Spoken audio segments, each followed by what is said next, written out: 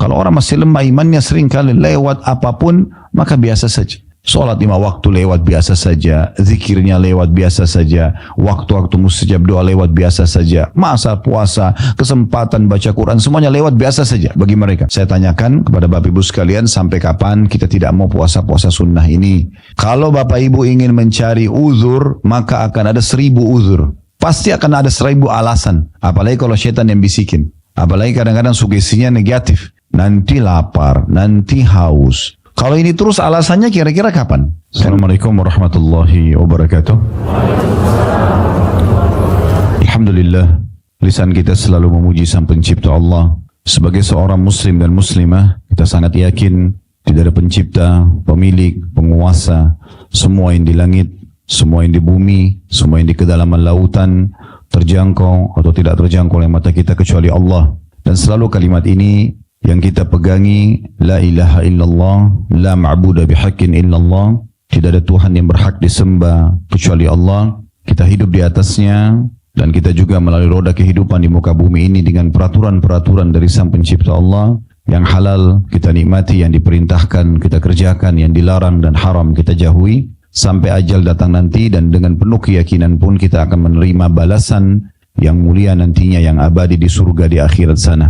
Oleh karena itu, jadilah orang yang selalu bersyukur kepada Allah atas segala nikmat yang dilimpahkan kepadanya. Selanjutnya kita panjatkan atau dilimpahkan darinya. Selanjutnya kita panjatkan salam hormat kita kepada utusan Allah, Nabi besar Muhammad sallallahu alaihi wa ala alihi wa sahbihi wasallam, sebagaimana Allah telah perintahkan kita untuk mengucapkan salam hormat tersebut, dan tentu juga sebagai balas jasa kepada manusia terbaik ini yang telah menghabiskan 23 tahun dari masa hidupnya, 13 tahun di fase Mekah, semuanya hinaan, cacian, puncaknya diusir dari kampung halamannya. Dan kita tahu bagaimana pedihnya kalau seseorang diusir dari kampung halamannya. Kemudian 10 tahun di fase Madinah, semuanya penyempurnaan agama, sampai akhirnya Allah subhanahu wa ta'ala turunkan firman-Nya dalam surah Al-Ma'idah ayat 3 atau potongan, salah satu ayat potongan ayat dari ayat 3-nya, Al-yawma akmaltu lakum dinakum wa atmamtu alaikum ni'mati wa raditu lakumul islam madina. Hari ini aku sempurnakan agama kalian, aku nikmatku pada kalian, dan juga aku ridha Islam sebagai agama kalian. Kesempatan ini insya Allah seperti biasa, teman-teman sekalian, kita akan lanjutkan bedah buku yang kelihatannya kecil sebenarnya, tapi buku ini sangat padat dengan ilmu, dan Allah berikan taufik kepada Syekh Mahmud Al-Misri hafizahullah dalam menyusun buku ini dengan judul 80 langkah cerdas agar selamat dari siksa neraka. Saya kembali ingatkan dulu berhubungan dengan masalah poin judul kita ini. Poin demi poin sudah kita bahas, dan hari ini insya Allah kita masuk ke langkah ke-19 ya, untuk selamat dari api neraka. Namun perlu kita garis bawahi, janji Allah subhanahu wa ta'ala benar Bapak Ibu sekalian. Siapa yang patuh, yang beriman, menjalankan perintah, meninggalkan larangan, maka janji Allah tidak akan mungkin salah. Dia akan bahagia, dia akan tentram, di dunia ini dia akan dapat panduan hidup, mendapatkan rezeki yang cukup, dan di akhirat dia akan masuk ke dalam surga. Tidak boleh ada keraguan dalam masalah ini. Jadi setiap kali di antara kita masih menghadapi masalah-masalah dalam hidupnya, maka pastikan berarti dia sedang bermasalah dengan Tuhannya. Karena janji Allah subhanahu wa ta'ala, orang-orang beriman akan dibahagiakan. Makin dia dekatkan dirinya kepada Allah, maka makin terbuka pintu-pintu rahmat, pintu rezeki, pintu kebahagiaan. Kalaupun ada ujian datang, maka Allah akan berikan dia perangkat untuk bisa keluar dari permasalahan tersebut. Begitu juga orang-orang yang membangkang, yang melanggar, terus saja melakukan dosa-dosa, maka dipastikan orang-orang ini akan sengsara, hidupnya akan penuh dengan sumpek, sedih, gangguan orang, permasalahan-permasalahan yang tidak selesai, agar dia kembali kepada Tuhannya. Dan puncaknya nanti, di akhirat dia akan masuk ke dalam api neraka. Oleh karena itu tema kita memang berhubungan dengan masalah bagaimana menyelamatkan diri dari api neraka ini, supaya jangan nanti menyesal pada saat masuk di sana. Karena di dunia ini kalau ada orang melakukan pelanggaran, misalnya orang mencuri, kemudian ketangkap misalnya, lalu digebukin oleh massa, kalau orang itu sudah meninggal dunia, maka tidak ada lagi yang gebukin. Karena orang pikir orang sudah mati, gak rasa sakit lagi. Tapi di neraka itu tidak ada kematian. Orang akan disiksa selama 24 jam non-stop. Kalau mereka disiksa dalam kondisi terbakar kulitnya, terbakar otot-ototnya, urat sarafnya, dia teriak histeri, tidak ada bantuan. Tidak ada bantuan, tidak ada kasih sayang, tidak ada lagi negosiasi di sana. Tidak ada sama sekali. Mereka pun kalau berbicara sama malaikat-malaikat penjaga neraka, Allah sebutkan dalam surah Tahrim, surah nomor 66 ayat 6, kalau penjaga neraka itu semuanya keras, kasar. Ya, mereka tidak pernah menerima negosiasi. Bahkan dalam sebuah riwayat disebutkan, ahli neraka akan memanggil para penjaga neraka, meminta agar Allah, mereka mohon agar para penjaga neraka ini memohon kepada Allah meringankan siksa. Tapi malah dibalas dengan kata-kata yang kasar. Ya, bantahan-bantahan yang keras. Begitu juga pada saat mereka memohon kepada Allah, Allah pun mengatakan ikhsa'u fiha wa la tukallimun. Kekallah dan hinalah kalian di dalamnya dan jangan pernah kalian berbicara denganku. Sampai kata Nabi SAW, ahli neraka pada saat Allah sudah jawab seperti itu, padahal sifat Allah Ar-Rahmanur Rahim. Allah Maha Pengasih, Maha Penyayang. Tapi ini berlaku bagi orang-orang yang mau mengikuti perintahnya. Ini juga berlaku bagi orang-orang kafir kalau belum meninggal dunia. Tapi kalau sudah masuk ke dalam neraka, ini sudah tidak berlaku lagi. Allah Subhanahu wa Ta'ala murkah pada mereka dan mengatakan tinggal di dalamnya dalam kondisi hina. Dan jangan pernah kalian berbicara denganku.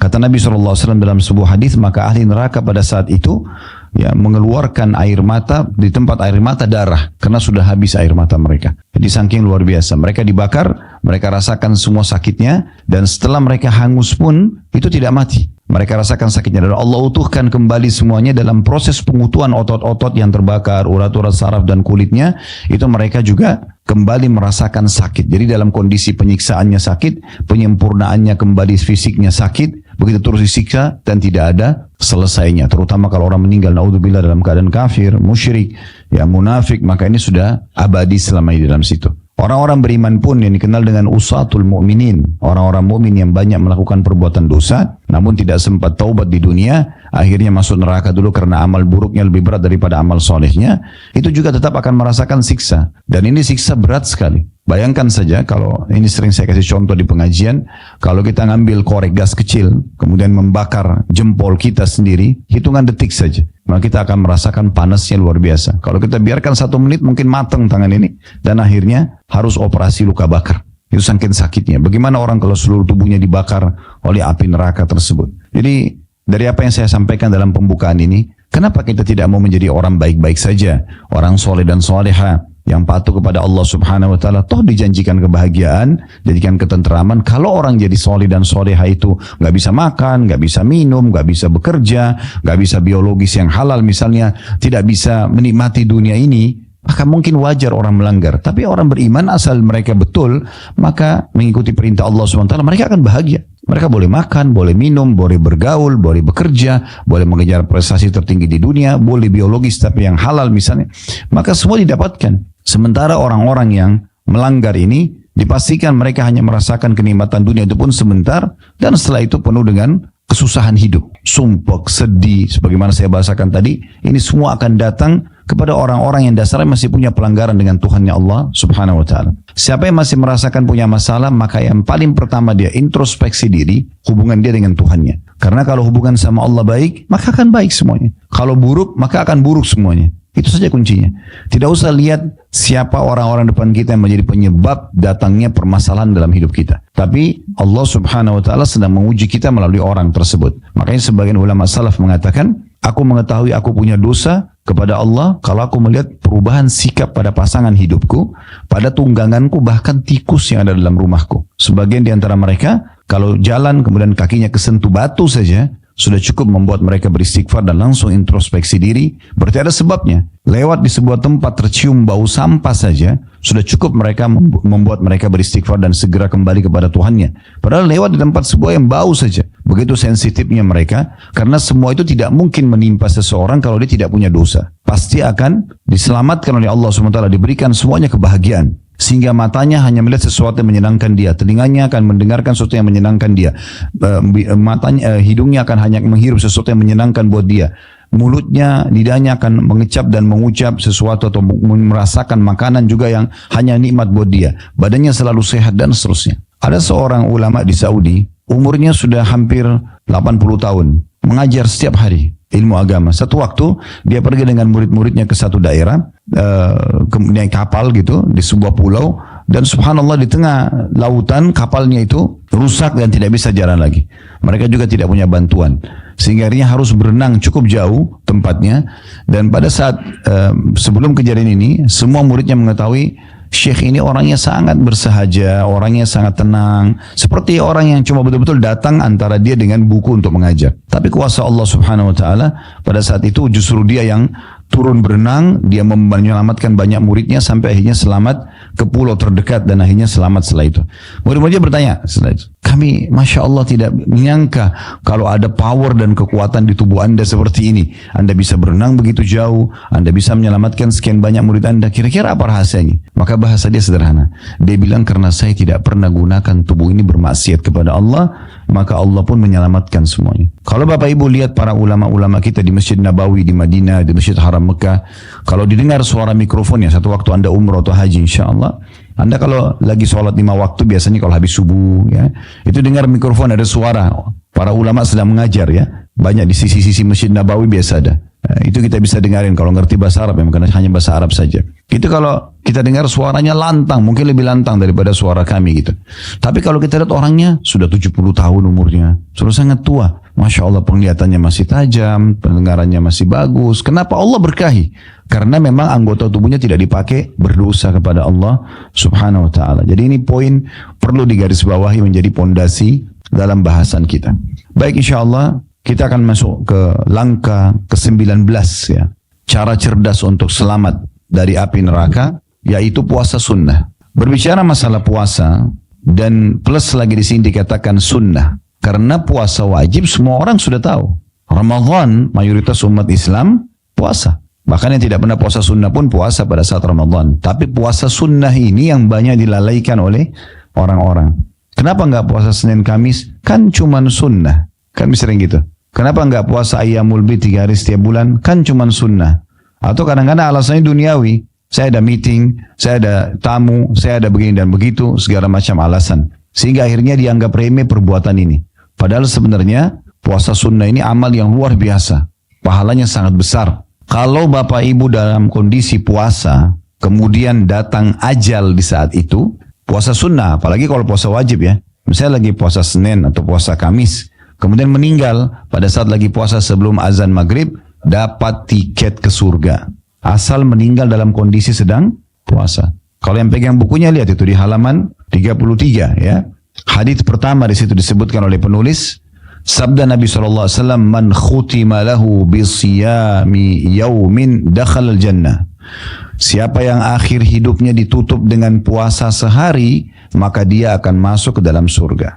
Hadis riwayat Al-Bazzar.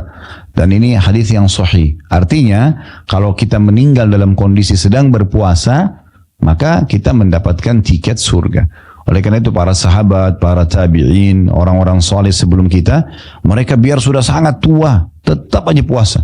Ya, ada di antara mereka sudah 90 tahun tetap puasa. Disuruh buka puasa oleh orang-orang dia tidak mau. Karena mereka mengejar keutamaan ini. Kalau sampai pun meninggal, ajal datang, ya sudah dapat tiket surga. Kenapa nggak puasa? Dan Ramadan kemarin sudah melatih kita agar terbiasa melaksanakan ibadah puasa. Ini jangan sampai setelah Ramadan kita nggak pernah puasa lagi. Selalu anggap remeh. Ya nanti saya akan puasa. Ya nanti saya akan puasa. Sampai kapan kata-kata nanti? Ingat hadis yang pernah kami sebutkan. Hadis ini diriwayatkan oleh sebagian ulama. Ya, seingat saya Al-Baihaqi meriwayatkan ini. Seingat saya, kalau saya keliru mohon maaf, tapi hadis ini hadis yang dipegang oleh para ulama.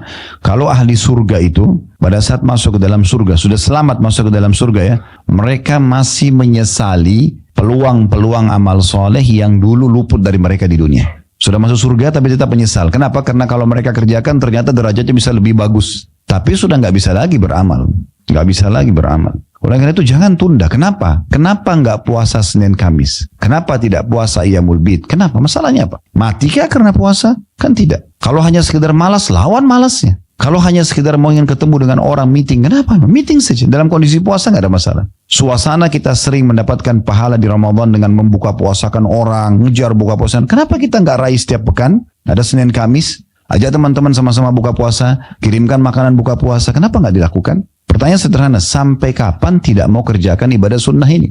Padahal sebenarnya peluangnya ada. Badan masih sehat, masih mampu. Dan ini pahalanya sangat besar. Kita harusnya bisa mengerjakan.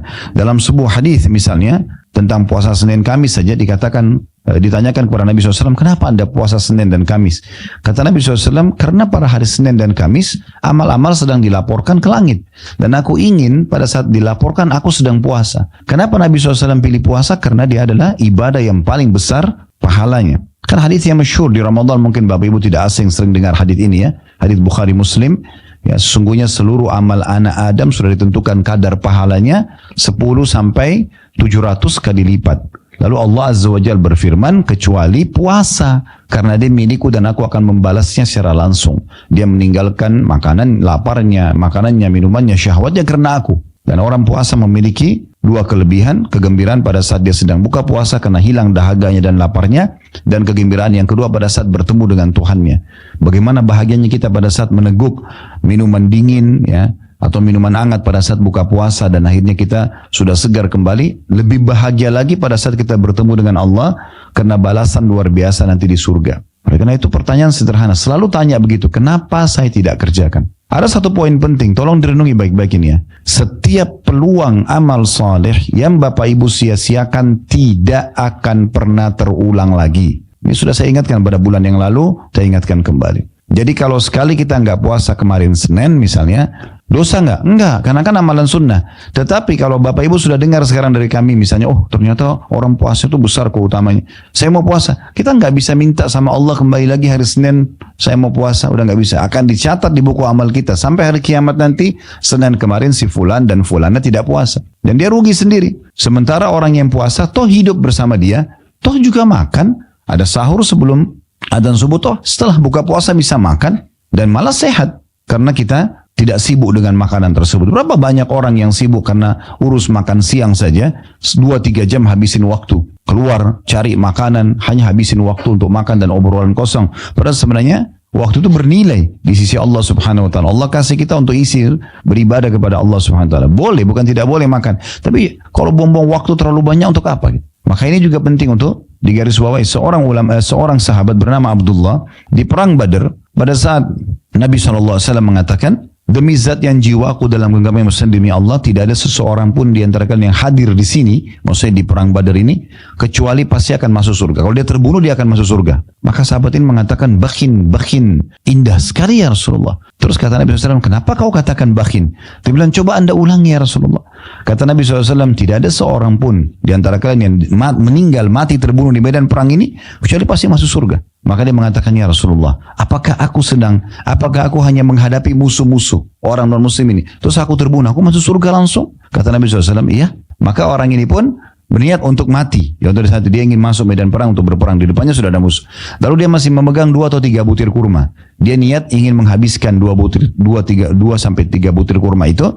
Namun pada saat dia lagi kunyah 1 dari 2 atau 3 butir itu, dia tiba-tiba berpikir, kalau saya tunggu menghabiskan makanan ini, maka masih lama waktunya untuk nunggu masuk ke surga.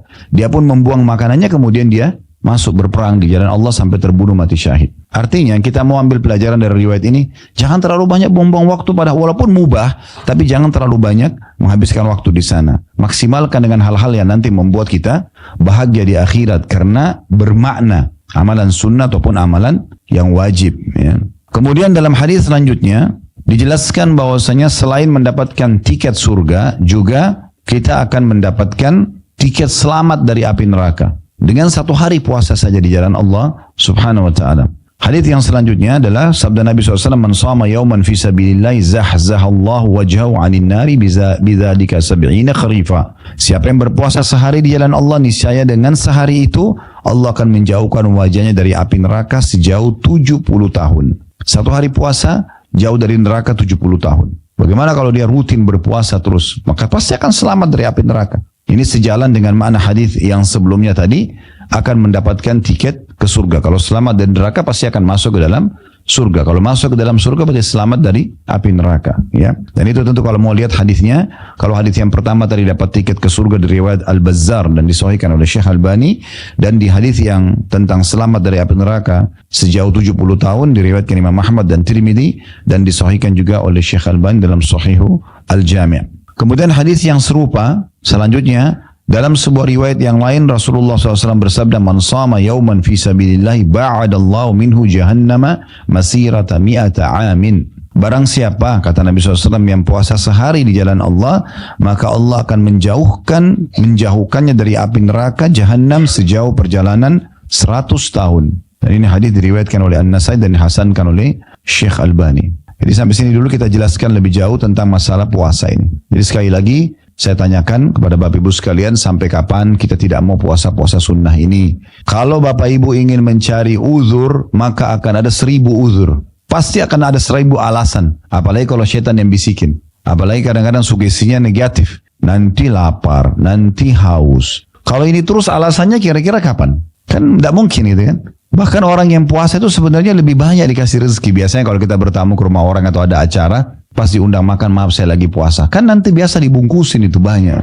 Biasanya lebih banyak rezekinya. Kenapa harus takut kehabisan makanan? Orang lebih hormatin gitu. Belum lagi banyak sekali hadis tentang orang puasa itu mustajab doanya. Kata Nabi SAW, "Thalathatun la turaddu da'watuhum." Ada 3 orang tidak akan pernah ditolak doanya. Lalu Nabi SAW sebutkan itu. Selain al-imamun adil, pemimpin yang adil, kemudian ada da'watu as-saim, ya. Hatta yuftir, orang yang puasa sampai dia buka puasa, dari mulai sahur, mulai menahan puasa, ya, menahan makan dan minum dari azan subuh sampai menjelang buka puasa, itu waktu mustajab, panjang sekali. Waktu kita bisa memanjatkan hajat apa saja, itu tidak ditolak sama Allah. Kemudian ya, yang ketiga adalah da'watul mazlum, orang-orang yang terzalimi. Tapi orang yang puasa ini luar biasa, mustajab doa.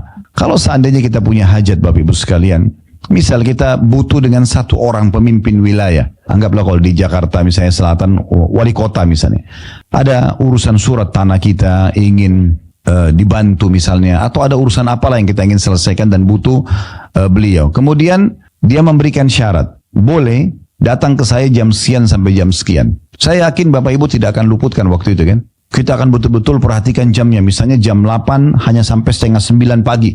Maka kita akan atur jam supaya tiba sebelum itu. Karena kita tahu ada urusan kita akan diselesaikan. Dan itu sangat terbatas. Itu pun hanya janji manusia. Bisa ditepati, bisa enggak. Bagaimana dengan orang yang dijanjikan diijabah doanya? Pasti dikasih. Minta saja. Tinggal minta. Mulai dari azan subuh sampai azan maghrib. Panjang sekali.